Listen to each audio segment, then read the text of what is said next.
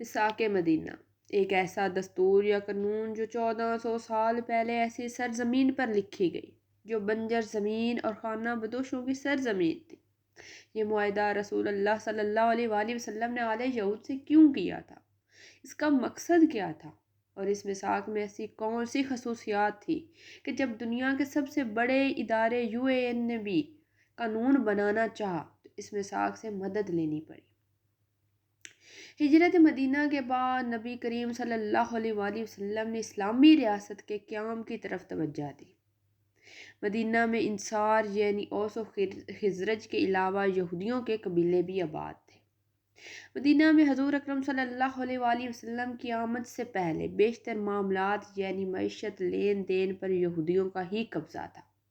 کہتے ہیں کہ اہل یثرب کے یہودی پہلے سے ہی جانتے تھے کہ اہل فاران سے ایک نبی آنے والا ہے جو دنیا کا مسیح اور رہنما ہوگا، اور وہ اس کا انتظار کر رہے تھے۔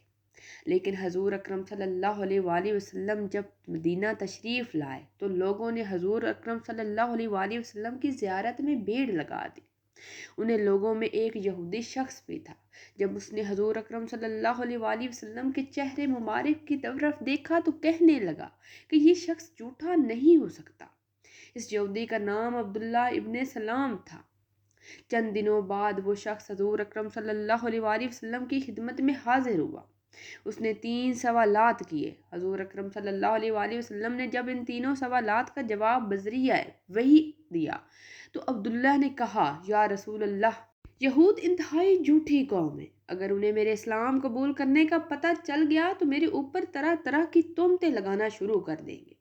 لہٰذا جب کچھ یہودی حضور اکرم صلی اللہ علیہ وآلہ وسلم کے پاس آئے تو ان سے پوچھا، عبداللہ ابن سلام کیسا آدمی ہے؟ اس وقت عبداللہ ابن سلام خیمے کے اندر بیٹھے ہوئے تھے۔ تو ان یہودیوں نے کہا، ہم سب میں بڑے عالم اور سب سے بڑے عالم کے بیٹے ہیں اور ہم سب سے بہتر شخص ہیں۔ تب نبی کریم صلی اللہ علیہ وآلہ وسلم نے فرمایا کہ اگر عبداللہ ابن سلام مسلمان ہو جائے تو تمہارا کیا خیال ہے؟ تو یہودیوں نے کہا کہ اللہ اسے اس سے محفوظ رکھے۔ اتنے میں عبداللہ ابن سلام باہر آئے اور کہا کہ میں گواہی دیتا ہوں کہ اللہ ایک ہے اور نبی کریم صلی اللہ علیہ وآلہ وسلم اس کے سچے رسول ہیں۔ اب وہ یہودی کہنے لگے کہ یہ ہم میں سب سے بدترین اور جاہل شخص ہے، اور ان کی برائی کرنا شروع ہو۔ دراصل یہودی اس بات کو ماننے کے لیے تیار ہی نہیں تھے کہ آخری مسیح عربوں میں آ جائے گا۔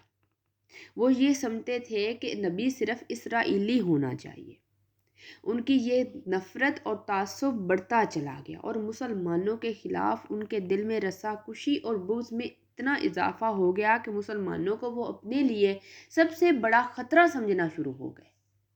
دوسری طرف قریش مکہ بھی مسلمانوں کے دشمن بنے بیٹھے تھے اور اس موقع کی تلاش میں تھے کہ کس طرح وہ مدینہ پر حملہ کریں۔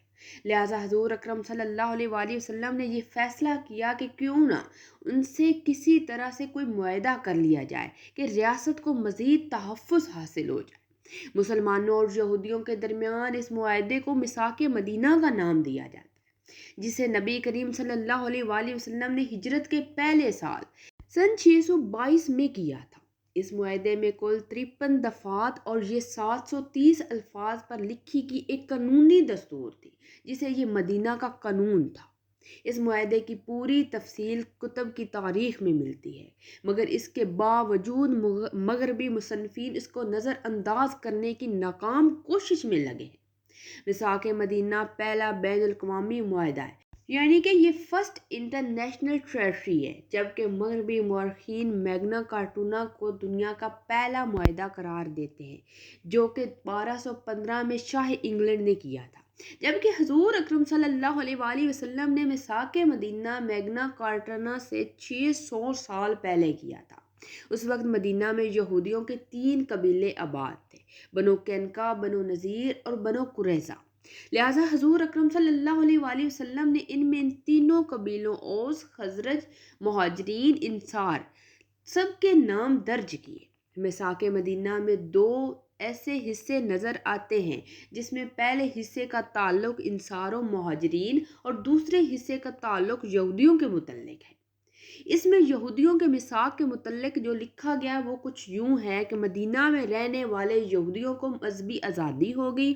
مدینہ کا دفاع جس طرح مسلمانوں پر واجب ہے یہودی بھی کریں گے۔ بیرونی حملے کے دفاع کے لیے مسلمانوں کے ساتھ یہودی بھی حصہ لیں گے۔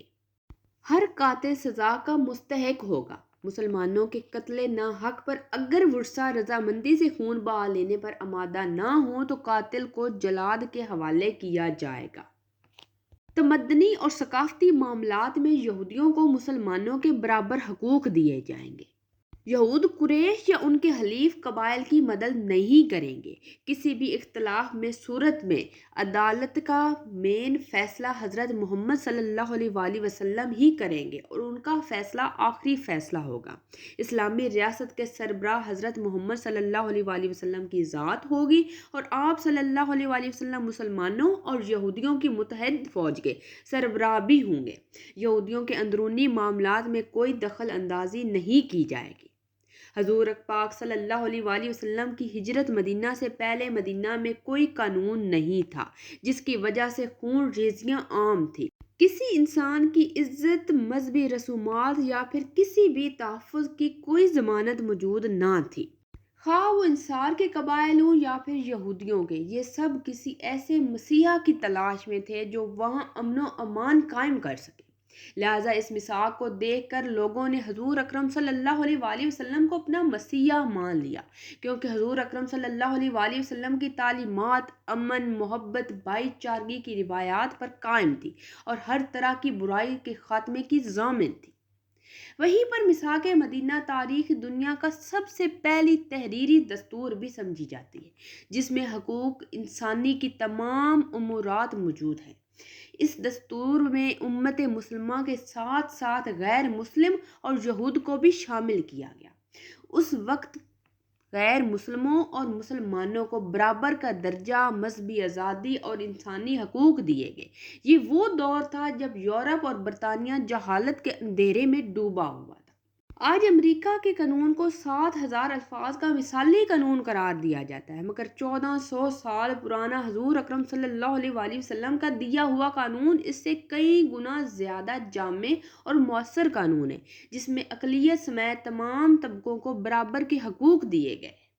میثاق مدینہ کی اہمیت کا اندازہ اس بات سے لگایا جا سکتا ہے کہ اس میثاق کا بیشتر حصہ پورے متن کے ساتھ شاہ کورنٹ دوم کے دستور جسے 1037 میں لکھا گیا تھا اس میں شامل کیا گیا۔ شاہ الفانسو نیم کے دستور جو 1188 میں لکھا گیا، اسی دستور کی پیروی کی گئی۔ برطانوی پارلیمنٹ کے قانون کو بھی سن 1355 میں اسی میثاق کو دیکھ کر بنایا گیا تھا۔ یہاں تک کہ UNO یعنی اقوام متحدہ کے حقوق انسانی کے منشور سال 1948 میں طے کیا گیا تھا۔ اس میں بھی میثاق مدینہ کی بہت ساری باتیں عمل میں لائی گئی، لیکن دنیا کے جدید ترین قوانین حضور اکرم صلی اللہ علیہ وآلہ وسلم کے بنائے گئے اس قانون کا کبھی بھی مقابلہ نہیں کر سکیں گے۔